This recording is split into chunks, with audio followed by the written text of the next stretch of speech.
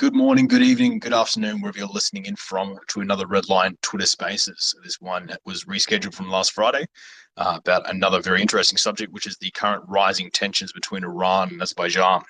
Not only an area we cover quite often, but also more tension in the Caucasus. So effectively, we are going to be covering what's causing this tension, why this tension is rising now, and where we think this is likely to lead over the next few months. We have a pretty fantastic panel we're here with us tonight. We have Fuad Shahbaz, who's an independent policy analyst and security fellow, particularly following the Caucasus, Iran and Azerbaijan. And we have Ayaz Rzayev, who'll be jumping in a few minutes, who is from the University of Toronto. So I'm going to throw this first question to you, Fuad, while we're waiting for that. There's coming in now. But I'll throw the first question to you. Why is the Azeri population and the Iranian population at a tension point at the moment? What's bringing up this recent bout of tensions? And I think after that, we'll go back to effectively what's caused this in the first place. So, Fuad, take it away. Thank you very much, Michael. Can you hear me? Loud and clear, far away. Okay. So, first of all, if we're discussing Iran and what happened between Iran and Azerbaijan very recently, this should be traced starting since 2020 when the Second Karabakh War renewed between Armenia and Azerbaijan, which has been the most long-term frozen conflict in the entire post-Soviet region.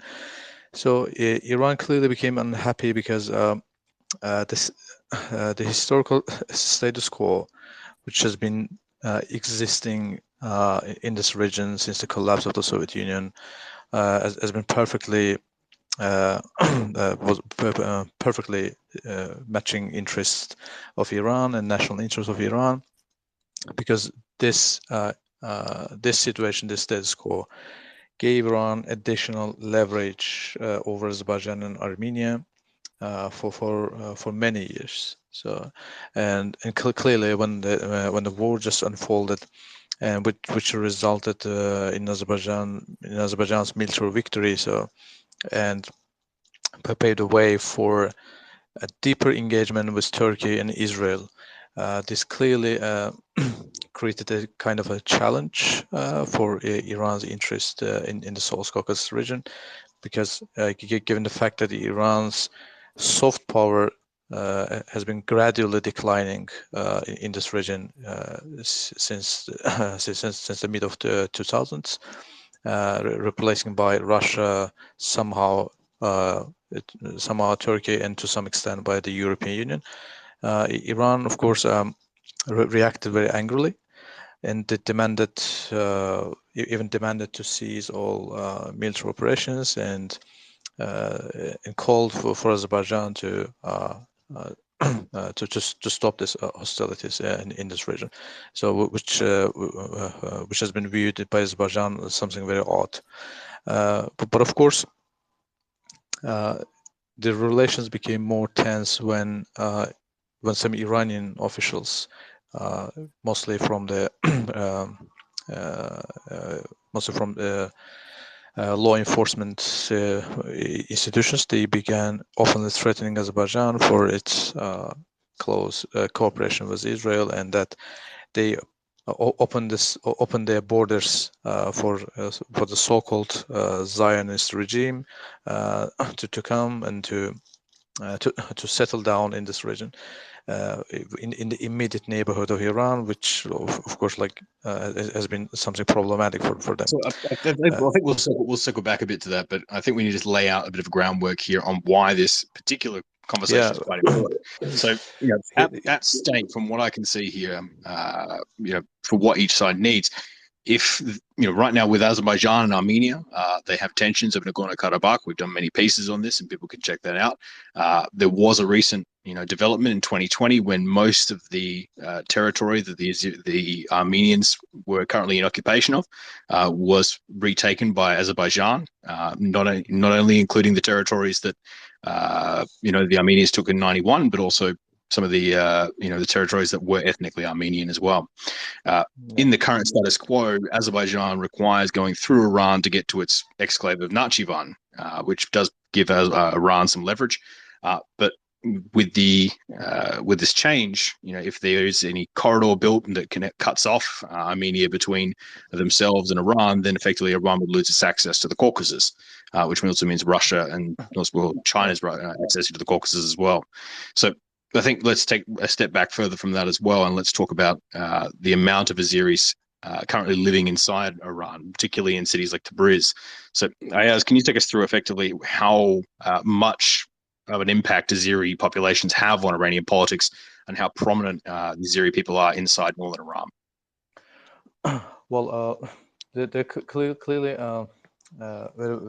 vast majority of ethnic Azerbaijans living in the northern part of Iran, but of course, Iranian regime has never provided like clear data on how many people, how many ethnic Azerbaijans living in. But roughly estimates like around between something between 10 and 15 million. But of course, it's unofficial data. But surely ethnic Azerbaijanis has been politically active ethnic minority for many years, just because they felt estranged and they feel oppressed by the regime for many years, deprived of some basic rights like including cultural rights, cultural autonomy, and this in Azerbaijan-Iran relations, Azerbaijan has never been a vocal critic of the situation regarding ethnic Azerbaijanis, because Azerbaijan tried to keep kind of a balance or keep a delicate stance, delicate distance from such issues, just because not to challenge Iran. But we see that Azerbaijani foreign policy towards Iran has been shifted significantly, because when very recently President Aliyev has been paid an official visit to Uzbekistan to attend the Organization of Turkic States Summit, he for the first time he openly said that there are more than 20 million ethnic Azerbaijanis which has been oppressed, they have been estranged, and they have faced repressive methods of the regime, and Azerbaijan will do everything to protect the rights of Azerbaijan. So of course this became another another point of discontent in Iran, because they saw that Azerbaijan starting challenging Iranians' territorial integrity by mentioning ethnic Azerbaijanis in northern part of Iran. So and what is going right now is Azerbaijan just shifted the foreign policy priorities. So seemingly now Azerbaijan just walked away from traditional balanced foreign policy toward more pragmatic foreign policy, because now Azerbaijan, just after the war, Azerbaijan restored territorial integrity, and now it fully controls its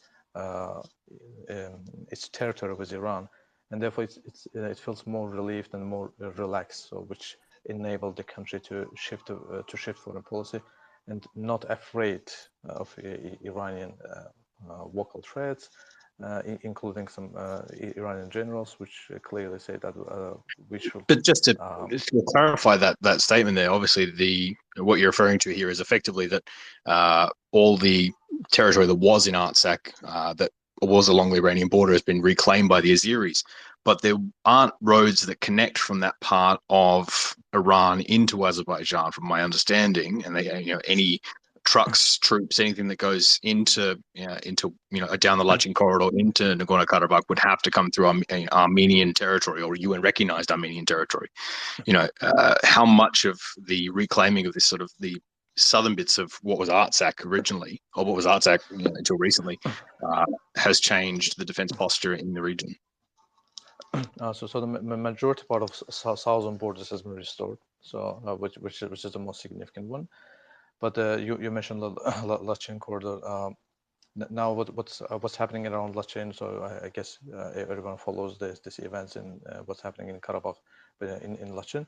So Azerbaijan now keeps keeps pressuring Russian peace contingent in order to take more strict control over Lachin and just to control illegal. So what it claims that there's an territorial integrity of another country, so no foreign trucks, including Iranian, can enter Karabakh without permission or without pre-negotiation with the central government in Azerbaijan.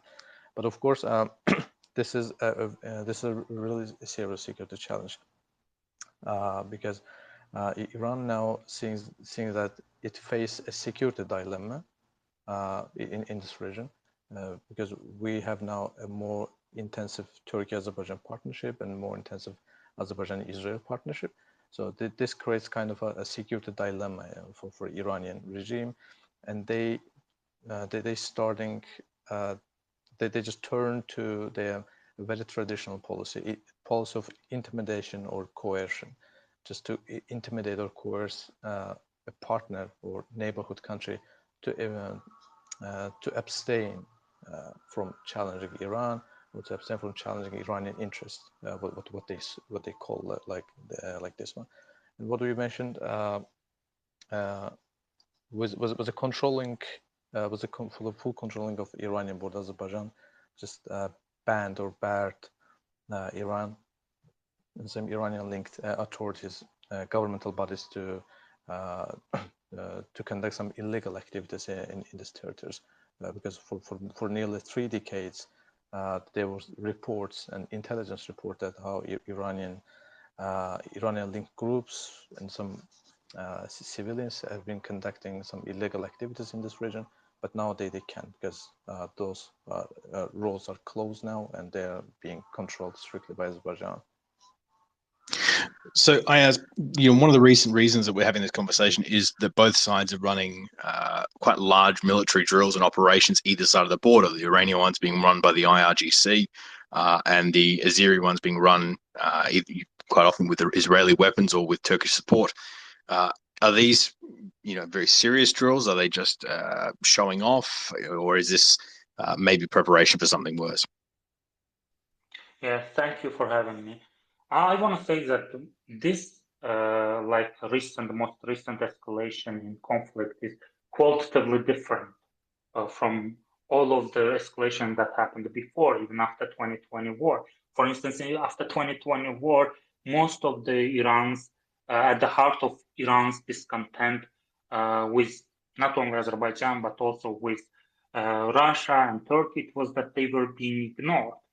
And Iran was acting out because it felt rebuffed, and because escalating with Moscow and Ankara at the time could have turned out very costly for Tehran. So they took this aggressive rhetorical and military posturing against Azerbaijan because for them it was seen as a safe bet to secure, a seat at the regional table of decision making by escalating with Azerbaijan and making this as a way of saying that we do count and we expect to be noticed. And the problem is that Azerbaijan gave them signals that the status quo is already changed. But the problem is that, it invited Iran to participate in this platform 3+2. It's 3 Caucasus countries plus 3+3. Sorry. It's 3 Caucasus countries plus Russia, Turkey, and Iran, so that they would feel included. But the problem is that for Iran, it was not enough. So the previous escalations had more to do with the fact that Iran was caught up by surprise with the war, and more importantly, with the outcome of the war. So they didn't know how to react, so they were acting out. But right now, this escalation is not just for the performance sake. It has there are real serious challenges at the present, and the fact this protests that are going on in Iran has very very fundamental influence on bilateral relations between Azerbaijan and Iran. So Iran started these drills just because of the growing paranoia in Iran about Azerbaijan. And of course, Azerbaijan also has taken strong measures to push back against Iran's aggression in recent months. Azerbaijan special forces conducted military drills at the border with Iran. In December, Azerbaijan and Turkish armed forces also conducted military drills near the Iranian border. Iran, I'm just trying to give both perspectives here, but Iran has been saying that there's been an increase in rhetoric at the moment about, liberating South Azerbaijan or getting the Azeri people to push for their own independence. Do you think this is a very serious policy pushed by the government in Baku, or this is just nationalists being very loud at the moment? The problem is that there are two arguments. Like there are two factors that in play here. First of all, there is this paranoia in Iran, and it's not new. Like throughout 20th century, we saw these insurgencies in Iran and Azerbaijan, like in 1918 and 1919, then 1945, 46, and also they were ideologically different. These insurgencies. Leaders of all these insurgencies, they were influenced by what was going on in the Azerbaijan to the north of the border. So, and after 1946, when they crushed the latest insurgency, they actually divided Iran and Azerbaijan into West Azerbaijan and South Azerbaijan. And after Azerbaijan became independent in 1991, they again divided South Azerbaijan and they created another region inside Iran with the capital of Erbil. So this notion that what's going on to the north of the border could influence Iran and Azerbaijan, this anxiety was always there with Iran. But right now, it's more, it has less to do with, what's going on in Iran with Azerbaijan, is because if you look at the protests, it's not like these protests have nothing to do with ethnicities, like nationalities. It's more to do with human rights and other issues, political, economic. So this anxiety is more of a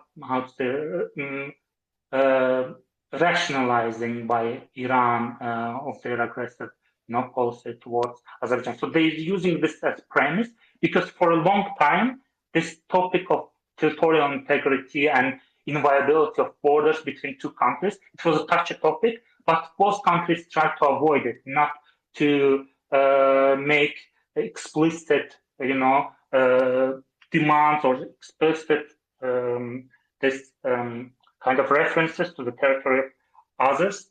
But now Iran actually started more and more increasingly question the territorial integrity of Azerbaijan, saying that people in Nakhchivan want to join them. Even if Iran isn't worried about the the southern border, their border along Azeri territory, around Tabriz, if that we all kind of agree that territory's line is going to remain the same, the border they really do seem worried about at the moment is their entry into Armenia. One of the big proposals by the Azeris at the moment is around the Zangezur corridor to effectively take a part of Armenia away from Armenia and effectively form a corridor that connects Nakhchivan, which is currently an exclave, to the rest of Azerbaijan. So for anyone who's not looking at a map, right now it's a part of Azerbaijan and then Armenia and then the rest of Azerbaijan. And right now, if Azerbaijan wants to supply Nakhchivan, they have to go through Iran. If they get this proposal off the ground and effectively a part of sovereign Armenia is given over to Azerbaijan to form this corridor, wouldn't that cut off Iran's access to Armenia and therefore Georgia and Russia? Fuad, is that a real worry from Tehran that if the proposal goes ahead, it's lost its access to the Caucasus? Yeah, actually, the main fear in Iran is that in case of the opening of this corridor, which links Azerbaijan mainland to Nakhchivan and then further to Turkey, this will inevitably shut down Iran's access to its border with Armenia. And very recently, like a few months ago, I recall the Iranian MFA they put an official statement that Iran is concerned about the possibilities or the role, the main natural role of this corridor, because in Iran there's a baseless theory that corridor with Nakhchivan will be used in different purposes. So because since this corridor links Azerbaijan with Turkey, this corridor could be militarized in near future by Turkey by dragging more Turkish troops, or bringing more more weaponry, which potentially could be used against Iran in the near future. So this was the first time when Azerbaijan MFA just additionally issued a statement to give Iran additional guarantees that this corridor is solely is just for business and transit, is a transit route, and it will not be used in different purposes. So this is the main sort of fear in Iran. But and Iran is clearly one of the two countries in this region which oppress Armenia in order to torpedo the current peace process between Azerbaijan and Armenia, and the second one is of course Russia. So but ironically, Russia is not against opening such corridor, because from the Russian point of view, they're just much more interested in this opening of this communication line, because they are more interested in getting more ways of connection with its ally Armenia, while Iran is not really interested, because there's only one way they can connect with Armenia, and if they lose it, so they will completely lose their influence in the South Caucasus. So obviously, security analysts look at this corridor, and there is a giant question, because if you allow the corridor to be just a military road, kind of a free pass through, much like some of the roads through the very east of Europe that go into there's parts of Russian roads that go into Latvia for a bit, and as long as you don't stop, there's no problems. If you don't militarize those roads and they come under attack, there's a very question about how Azerbaijan would respond to that if local civilians start attacking convoys that are heading from Azerbaijan proper to Nakhchivan. Do you see this being a better option, that we have a completely not militarized road, but we do risk attacks on Azeri corridors coming down that road, or the road should be militarized to keep the Azeri corridors or the Azeri cargo runs safe? So first of all, there's no need to militarize this corridor, because Azerbaijan has well-established military setup in Nakhchivan itself, in Nakhchivan region, which is pretty much. No, I'm talking about the corridors currently crossing Armenia, whether that be from Lachin over to Nakhchivan, or whether it be down the Zangezur corridor when that opens up. Should that be militarized, and if so, who should be militarizing it? I mean, the previous plan has probably been for the Russians to be the guarantors there, but I think, as we know, the Russians are fairly busy at the moment.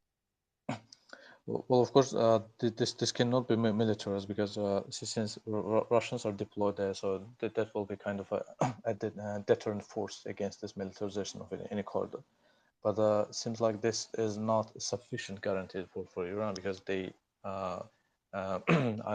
they require like additional guarantees that there will be no, of course, like in that terms, Iran's sort of concern is that the Israel or Israelis can get some access over this corridor and make some and will be able to conduct some intelligence work over there. So this is the main source of concern, and Russians being deployed in this area and watching that the corridor should not be militarized by Azerbaijan or Turkey in the near future. This cannot be additional. So this cannot be additional guarantee for Iran itself. So, as we saw recently, just in September, the Azeris fire shells into Armenia proper, not Nagorno-Karabakh, but the actual Armenia proper itself, which is a fairly big escalation compared to what we usually see, which is the fighting limited to just the Karabakh area. If the Azeris were to push in and take the Zangezur corridor by force and occupy that area, which would mean occupying a small chunk of Armenia, how do you think the Iranians would respond to that? Would they go in to defend the Armenians? Would they leave them alone? Would there be protests at the UN? What do you think the response is if the Zangezur corridor is occupied by Azerbaijan, so they can connect their main part of the country to Nakhchivan? Yeah, I don't think that, like, it's even theoretically is not possible that Azerbaijan would go and occupy Armenia and, open Zangezur corridor. It's a very artificial debate that's created about like going and opening this corridor by force. So I think that Iran also knows that. But as I said, there is this paranoia that has very much to do with the problem that the regime is weakening, and there is uh, this competition between national security apparatus, political institutions, and military over defining and designing foreign policy in Iran. So that's why we see different, kind of not escalation that usually were not normal, throughout the history of Azerbaijan-Iranian relations. There were always contentions and contradictions and very serious tensions, but never to this degree. So this has like it has less to do with external factors than with internal factors. And the problem is that, like, going back to Iranian protests, the problem is that Tehran's paranoia over Azerbaijan using ethnic Azerbaijani populations, this creating this a self-fulfilling prophecy for the region, in which Azerbaijan becomes more involved in Iran's internal affairs as a result of Iran's own actions as part of a tit-for-tat strategy. And this is a real serious danger for Iran, but that's the danger that's created by Iran itself, and the fact that the regime is weakening, and it's using this accusations not all like towards Azerbaijan, but also to the West, to the Iraq and others, that they are interfering in internal affairs of Iran and destabilizing Iran. But at the core, the accusations of foreign interference is just a convenient way for Iran to avoid confronting the fact that the current political system is not sustainable. So I don't think that this geopolitical rationalizations have, are not based in reality, and I don't think that even Iran, at least politically, institutions or political forces really believe in this. But the problem is that they need some premise to escalate with neighboring countries, including Azerbaijan, in order to create this rally around the flag effect and distract from the domestic problems. But as I said, it could become the real deal. It could become self-fulfilling prophecy, because if you are breaching this taboo about we're not questioning each other's territorial interference, like territorial integrity, and we're openly starting blaming each other, then it becomes a reality that Azerbaijan then starts questioning, because even we see with President Ilham Aliyev, like in late November and early December, he also said that, he also for the first time said that we will do everything in order to protect, our lifestyle, including Azerbaijanis in Iran. And that's where we are at the moment. Obviously, Imran Aliyev wants to very much connect himself with the corridor in Nakhchivan, and we don't know how we can do that. And the Iranians say they will not give up their their access to Armenia, which gives them access to Georgia and Russia. So we are going to hit an impasse. So for what I'm going to ask the next question, if this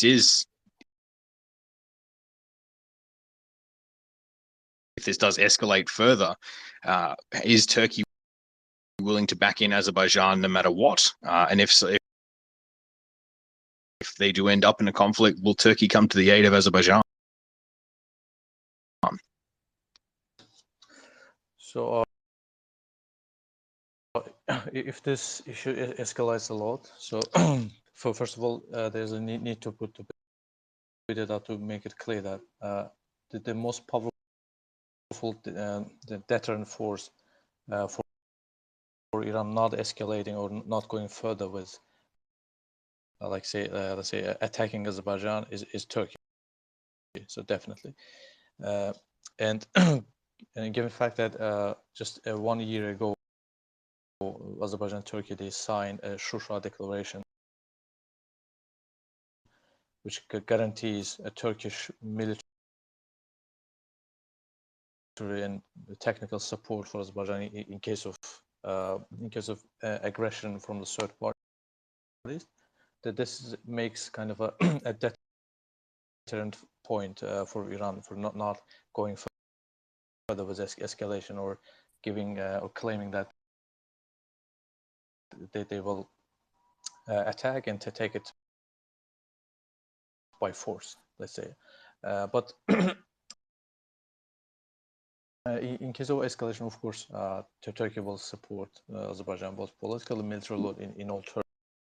Is it a blank check though? Let's say if Azerbaijan does go a little more aggressive, and builds on what we saw in September and goes and takes the Zangezur corridor by force,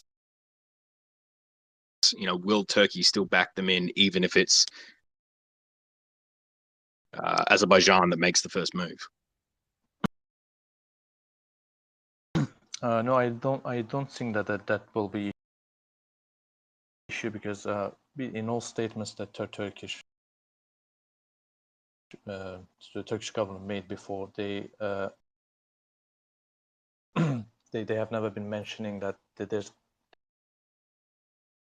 could be a possibility of Azerbaijan taking this corridor by force, because they just kept mentioning that this corridor will be all sides, like all countries will be benefiting from these countries, because this corridor is vitally important artery, one of the vitally important arteries of this region, and this will only boost trade and transit route and increase inter-regional connectivity. So there's no mentioning of Azerbaijan or Turkey taking this corridor by force. But of course, Turkey does make it clear that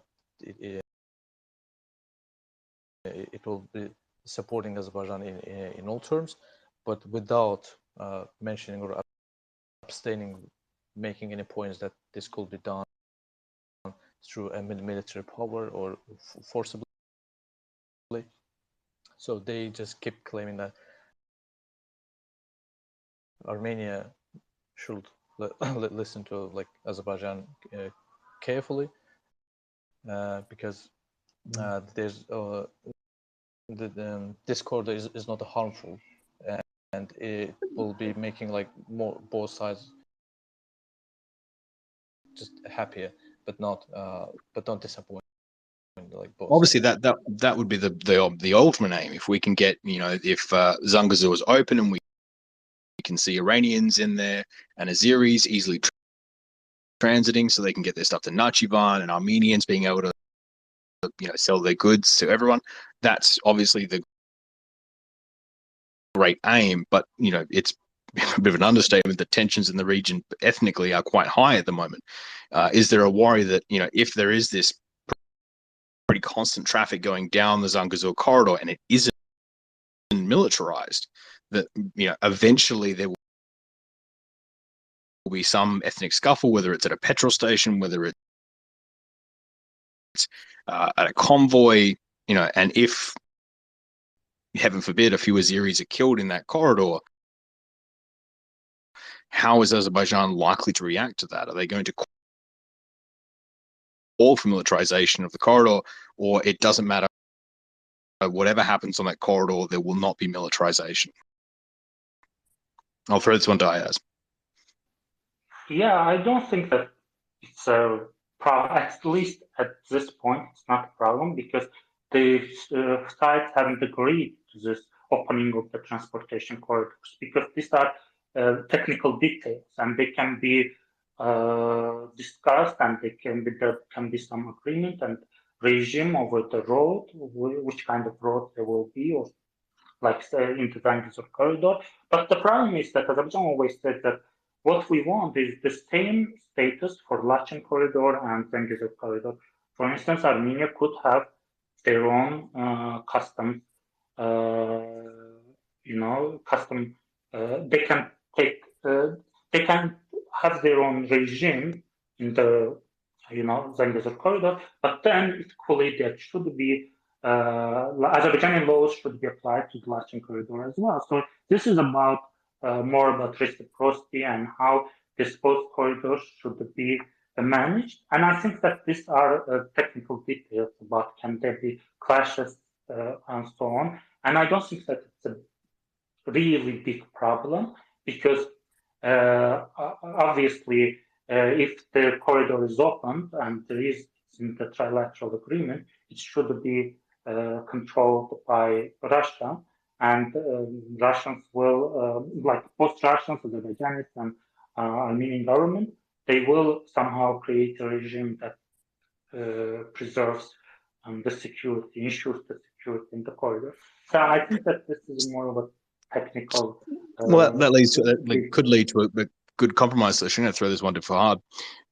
Right now, the Lachen corridor is effectively a very small road that connects what is UN-recognized Armenia to the Armenian enclave inside Azerbaijan, or what is UN-recognized Azerbaijan.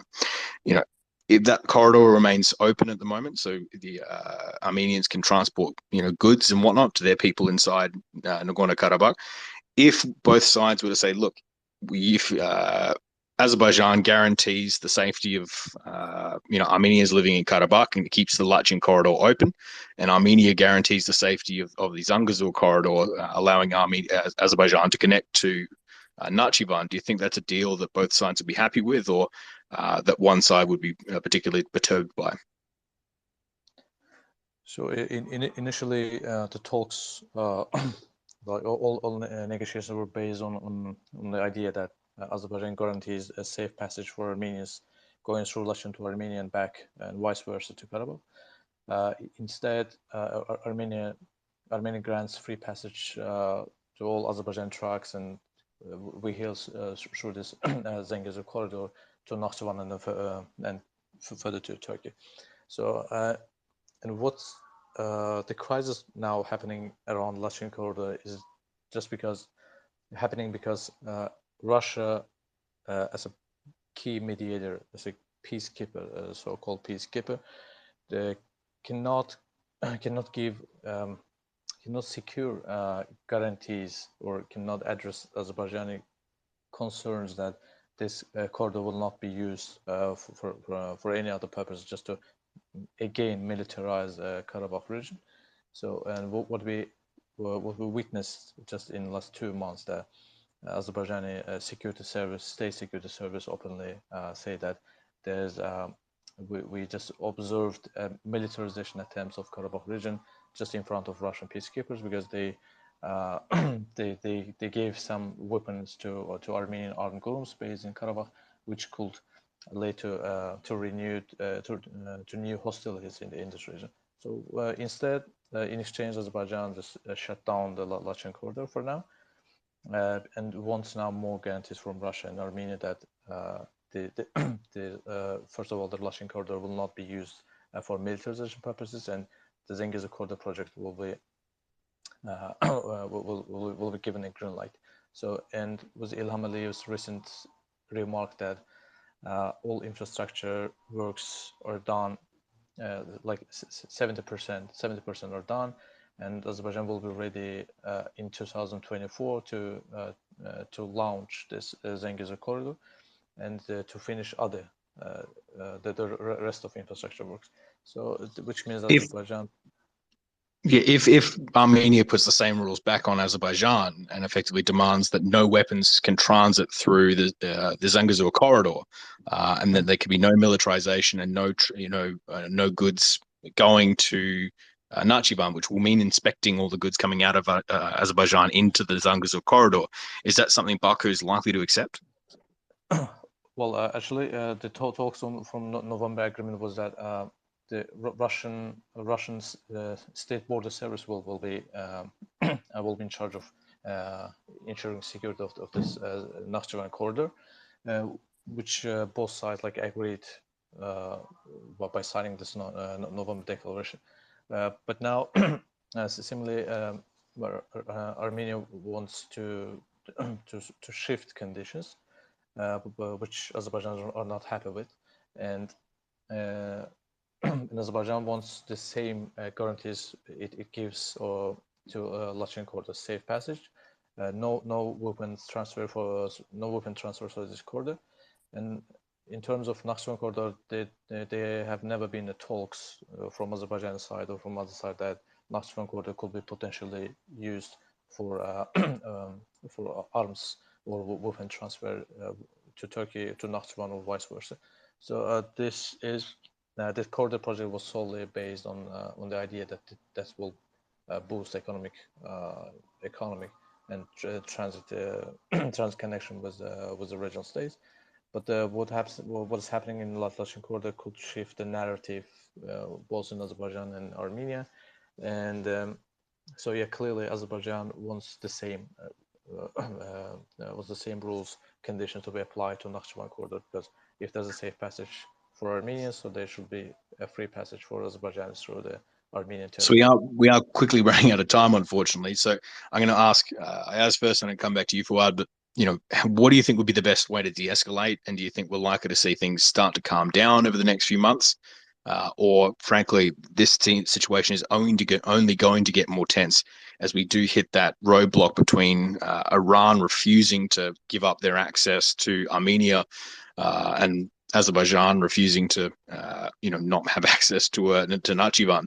The tensions are going to get worse or better? Ayaz, I'll throw to you first. Yeah, I do believe that actually it will get escalated more and more, because we are already in the spiral, in the bilateral relationship, because bilateral relationship is also influenced by Russian blunder in Ukraine, because we haven't talked about how much Russia's defeat in Ukraine actually influenced the current situation also. We talked about internal process, but the Ukraine war is also a very big of a factor in the current situation, because the growing need for Iranian drones and missiles in Ukraine has forced Moscow to allow Tehran greater maneuvering room in the region, where Iran believes that it should have special sway. And this growing military partnership for Russia is less threatening than potential alliance between Azerbaijan and the West to alter the status quo in Karabakh. And it presents greater challenge for Russia. So Russia may hope that by increasing Iran's role in the region and Iran increasing pressure on Azerbaijan, it will divert Baku's resources. It will disperse Baku's resources to dealing with other challenges, mainly weakening Azerbaijan's ability to challenge Russia's red lines in the region. So that's why I don't believe that, because both Russia and Iran, frankly, are also concerned about the growing Western presence in the region, which they view as a threat to their regional ambitions. For instance, after the EU's decision to send monitoring mission to the Azerbaijan-Armenian border in October 2022, like in 3 months ago, both Russia and Iran expressed concerns about the Western presence in the South Caucasus. So I think that this growing partnership between Iran and Russia in the context of the Ukraine war will also spill over to the South Caucasus when Russia, because it's so stretched, so it cannot play so greater role in South Caucasus, and it doesn't want Azerbaijan to alter its core completely and, to extra or to push out Russia from the region. So Russia wants to use Iran, to stay in the region through Iran, through Iranian pressures, on Azerbaijan. So I think that, the situation will escalate further. Fantastic. Fuad, 90 seconds to finish it off. How do you think this situation is going to develop over the next few months? Escalation, de-escalation, or what do you see coming up? So I don't expect this escalation between Iran and Azerbaijan will disappear soon, because to contrary, I expect it to be escalated more. Of course, like to develop as a war of words or diplomatic war. But there's two main factors that needs to be addressed. Like Russia is distracted by the war in Ukraine, and while Iran is distracted by by problems at home. So I think that there's a really good chance for both states, like for Armenia and Azerbaijan, to start like direct negotiations, because with countries, with adversaries like Iran and Russia, the peace prospect looks really